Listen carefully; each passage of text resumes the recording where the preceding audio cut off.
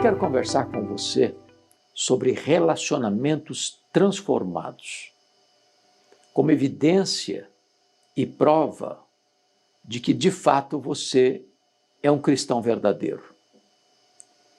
Não importa o quanto de teologia você conhece, de doutrina você tem como acervo, ou que bandeira teológica, doutrinária ou denominacional você defende, a evidência de que você de fato é uma pessoa convertida é se você tem relacionamentos transformados. O apóstolo Paulo, ao escrever a sua carta magna, o que foi considerado o manifesto cristão, ou o Evangelho segundo Paulo, a sua carta aos Romanos, depois de dedicar 11 capítulos para tratar da doutrina, agora, a partir do capítulo 12, ele vai mostrar que a evidência da doutrina verdadeira, produzindo vida nova no coração das pessoas, é se elas têm um relacionamento transformado. Primeiramente com Deus, depois com você mesmo, em terceiro lugar com seus irmãos, e em quarto lugar com seus inimigos. Neste momento eu não vou me dedicar a tratar da relação transformada que você precisa ter com Deus, Romanos 12, 1 e 2. Nem vou tratar da relação que você precisa ter com você mesmo, Romanos 12, 3 a 8.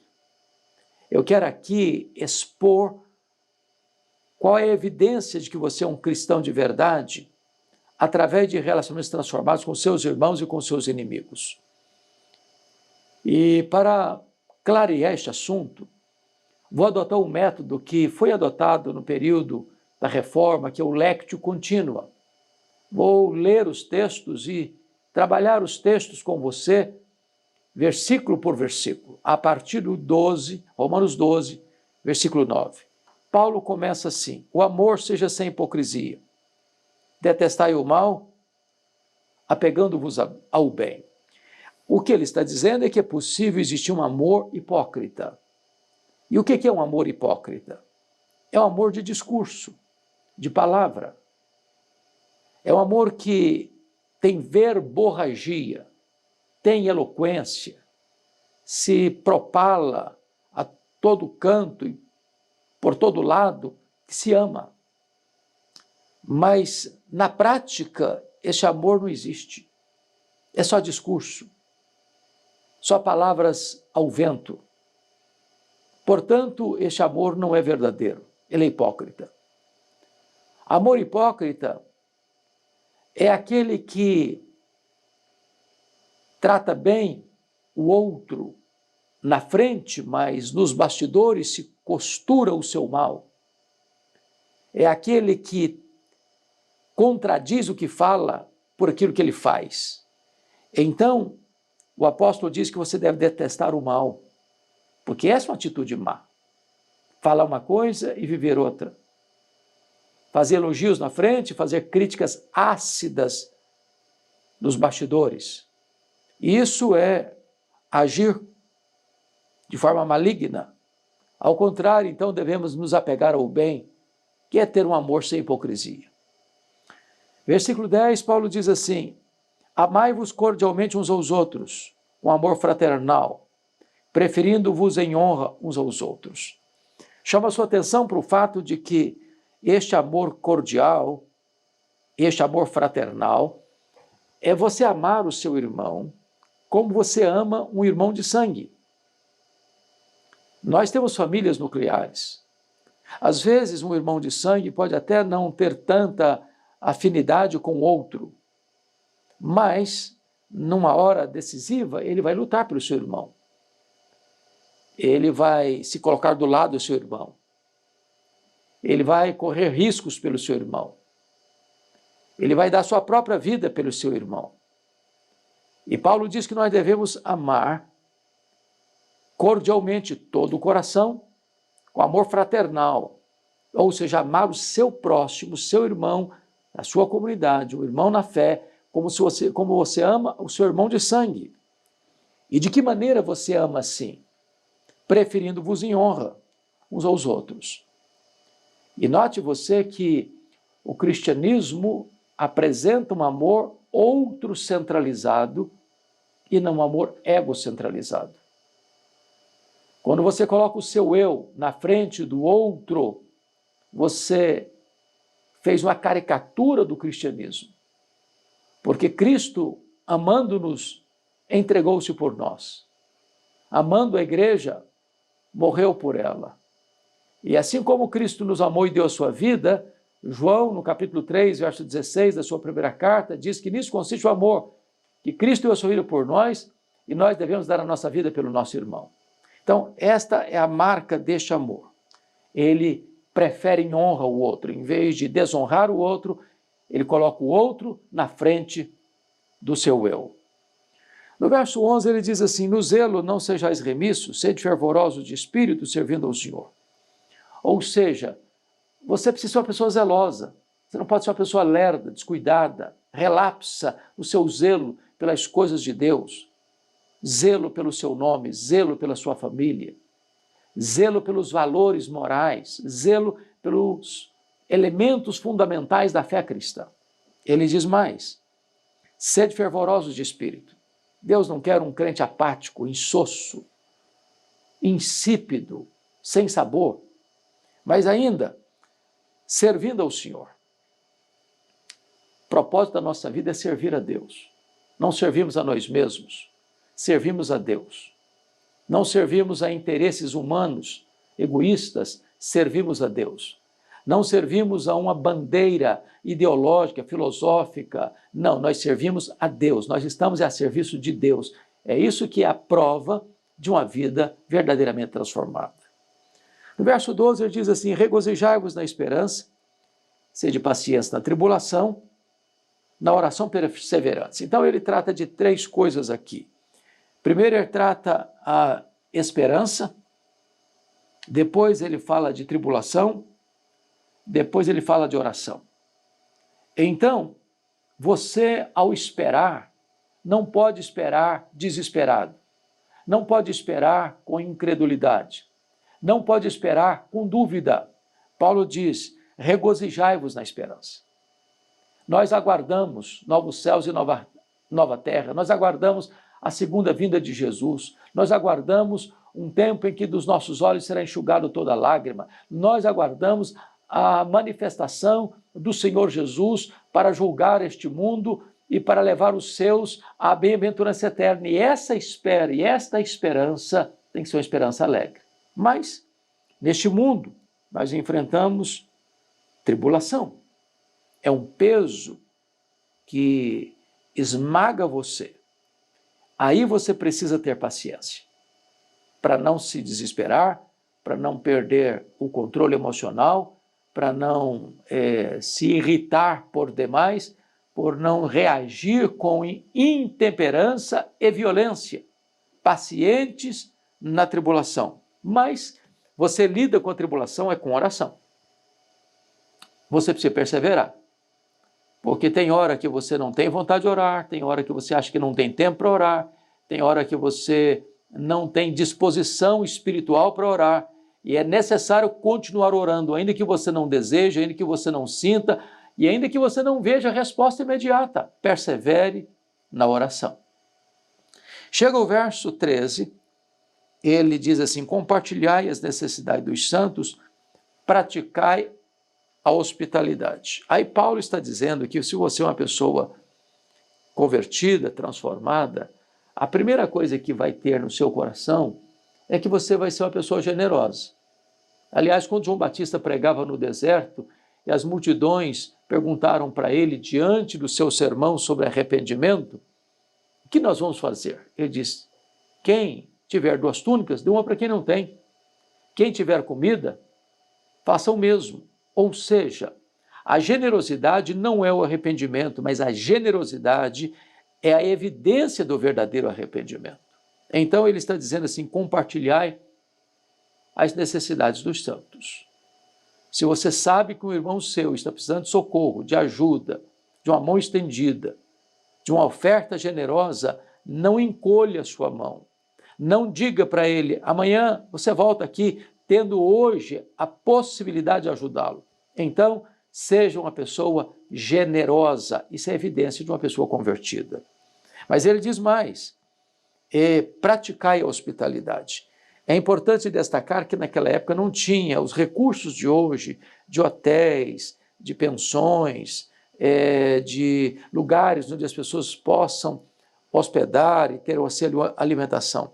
As pessoas dependiam de ter uma família para acolhê-los, normalmente os missionários itinerantes.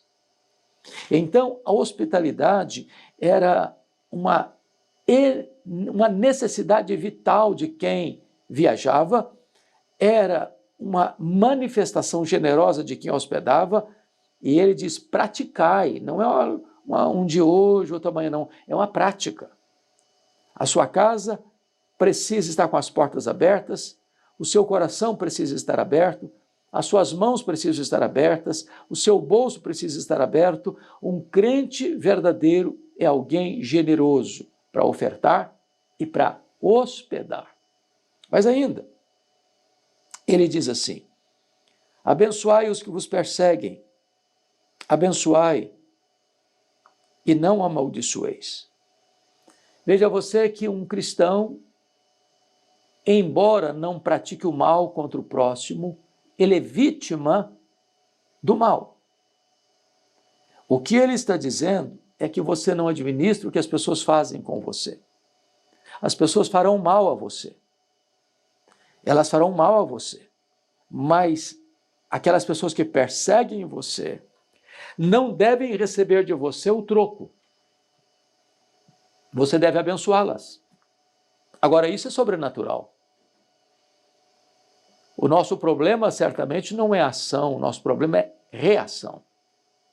Eu posso conviver com meu vizinho de porta anos e anos. Se ele me trata bem, eu o trato bem.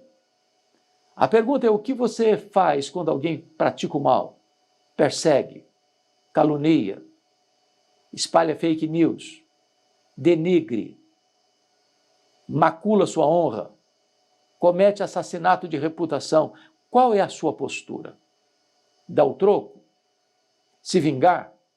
Pagar na mesma moeda? O apóstolo Paulo está dizendo que você deve abençoar quem persegue você.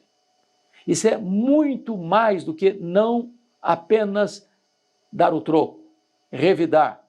É além de não revidar, abençoar.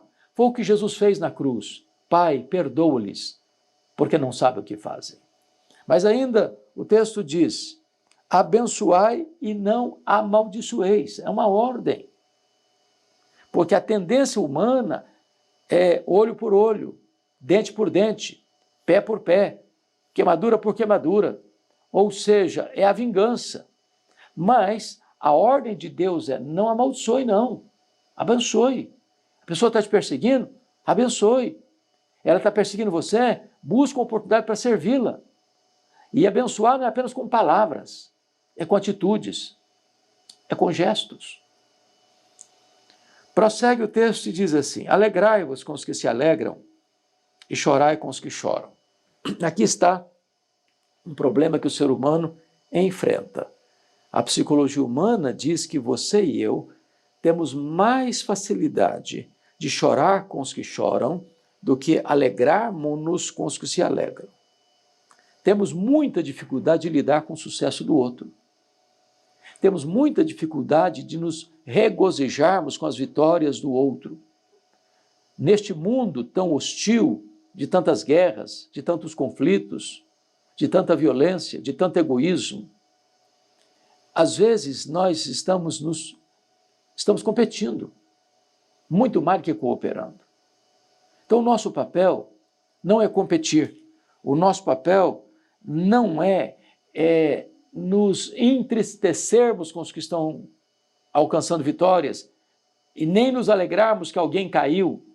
Não, esse tipo de reação é inumana, é abominável. De você querer construir o seu sucesso sobre os escombros dos outros. Então a Bíblia diz, alegrai-vos com os que se alegram e chorai com os que choram. Seja solidário. tanto na vitória quanto na dor do seu próximo. O texto prossegue e diz assim: tende o mesmo sentimento uns para com os outros. Em lugar de serdes orgulhosos, condescendei com o que é humilde, não sejais sábios aos vossos próprios olhos. Então preste bem atenção nisso. Em vez de você olhar o seu irmão de tamanco alto, de cima de um pedestal, achando que você é melhor que ele, mais inteligente, mais sábio, mais rico, mais talentoso, mais espiritual, em vez de você olhar o outro com desprezo e desdém, o texto está nos informando, algo tão importante: tende o mesmo sentimento de uns para com os outros. Em vez de serdes orgulhosos, isso é orgulho, você querer ser melhor. Ele diz, em vez de você fazer isso dessa maneira, condescender com o que é humilde. Não seja sábio aos seus próprios olhos. Toda pessoa que se autoelogia, que bate palmas para ela mesma, que tece cada vez mais encômios e elogios a si mesma, ela está demonstrando uma coisa: imaturidade. Imaturidade. Imaturidade. Você conhece o ditado popular que lata vazia que faz barulho? Pois é, uma pessoa que não precisa dizer que é. Você não precisa bater palmas para você mesmo. Não sejam os teus próprios lábios que te louvem, diz a Bíblia. Então, cuidado com orgulho. Não seja sábio aos seus próprios olhos. O sábio é aquele que sabe que quase nada sabe. Quanto mais você sabe, mais humilde você se torna. Mas ainda, o texto prossegue e diz assim, versículo 17, não torneis a ninguém mal por mal, esforçai-vos por fazer o bem perante todos os homens. Não tornar mal com o mal é uma ordem. É uma ordem de Deus. É claro que a reação natural é dar o troco. Mas eu estou falando da evidência da conversão.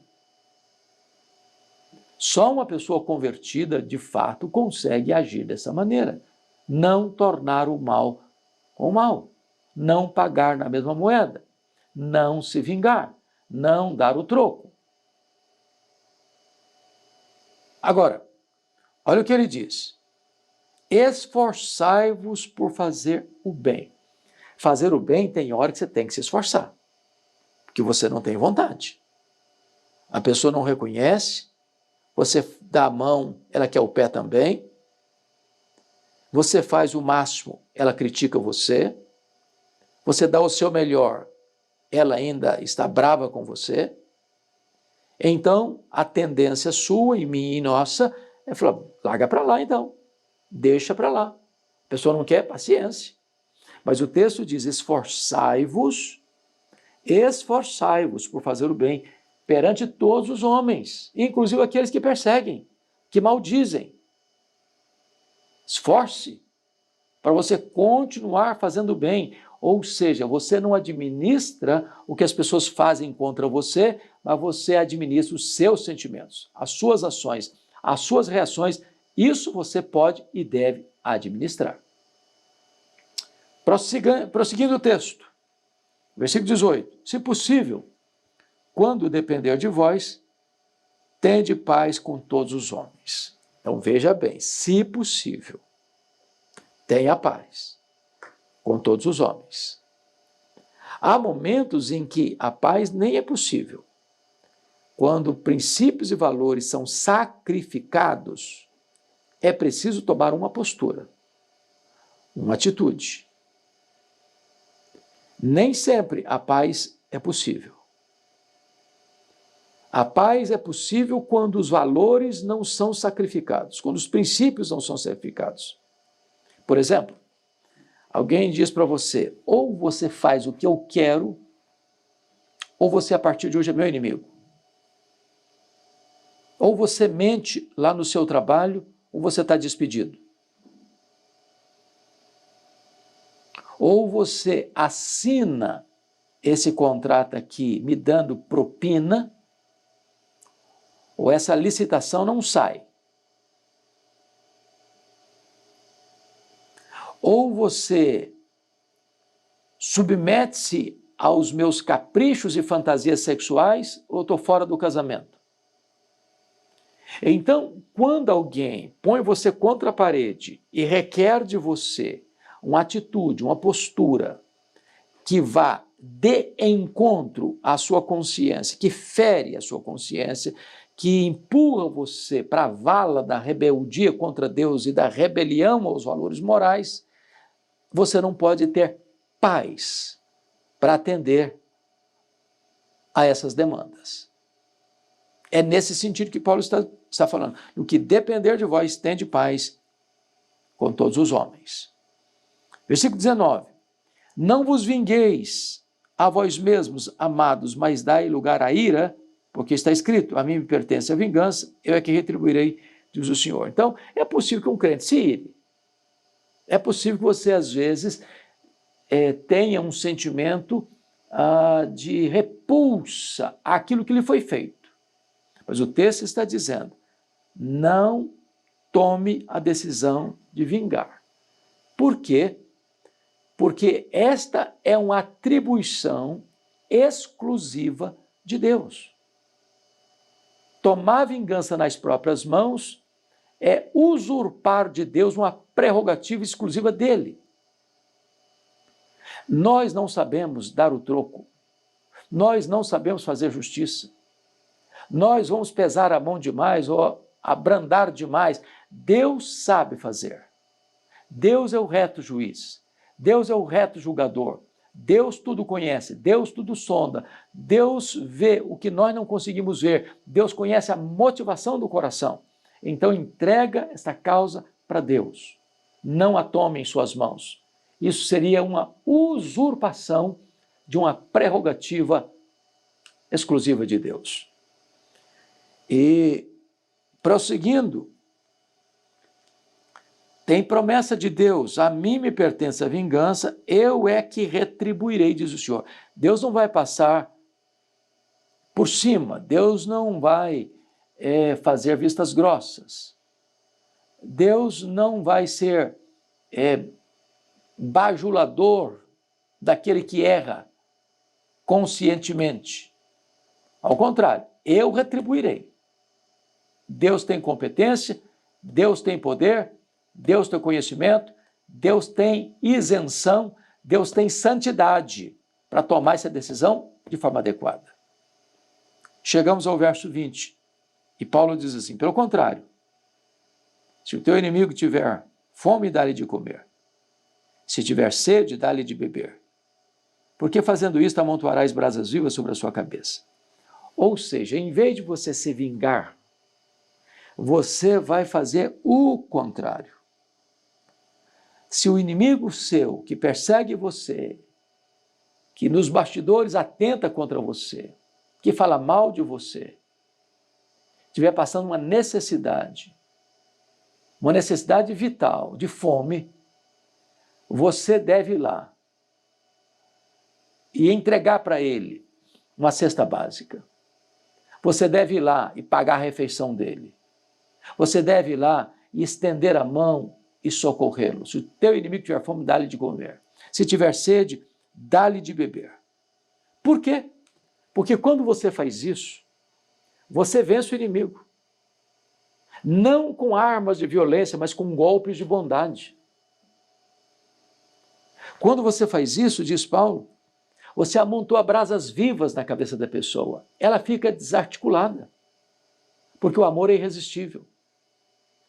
O inimigo perde a força, perde a destreza, perde as estratégias. Porque o que o inimigo esperava de você quando ele fez o mal para você? É que você devolvesse na mesma altura para empatar o jogo. Mas quando você reage à violência dele com bondade daqui para lá, você desarticula toda a armadilha, toda a trama montada para destruir você. Então, como é que você vence o seu inimigo?